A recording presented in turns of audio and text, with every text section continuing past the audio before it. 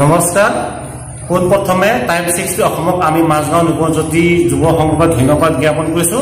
আমি প্ৰথমতে ফুটবল প্ৰতিযোগিতাখন আমি 15 আগষ্টৰ পৰা আৰম্ভ কৰিছো।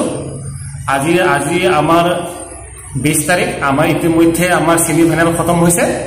অহাকালিলৈ 21 তাৰিখ আমি চূড়ান্ত ফাইনেলখন আমি ৰাইজৰ মাজত 2:30 বজাত অনুষ্ঠিত কৰিম বুলি ভাবিছো। এই ফাইনেল দুটিৰ মাজত খেলো হ'ব। সেই দুটি ফাইনেল দুটিৰ নাম হৈছে বাবা এলিফেণ্ট FC আৰু ধনতলা FCৰ মাজত অনুষ্ঠিত কৰা হ'ব।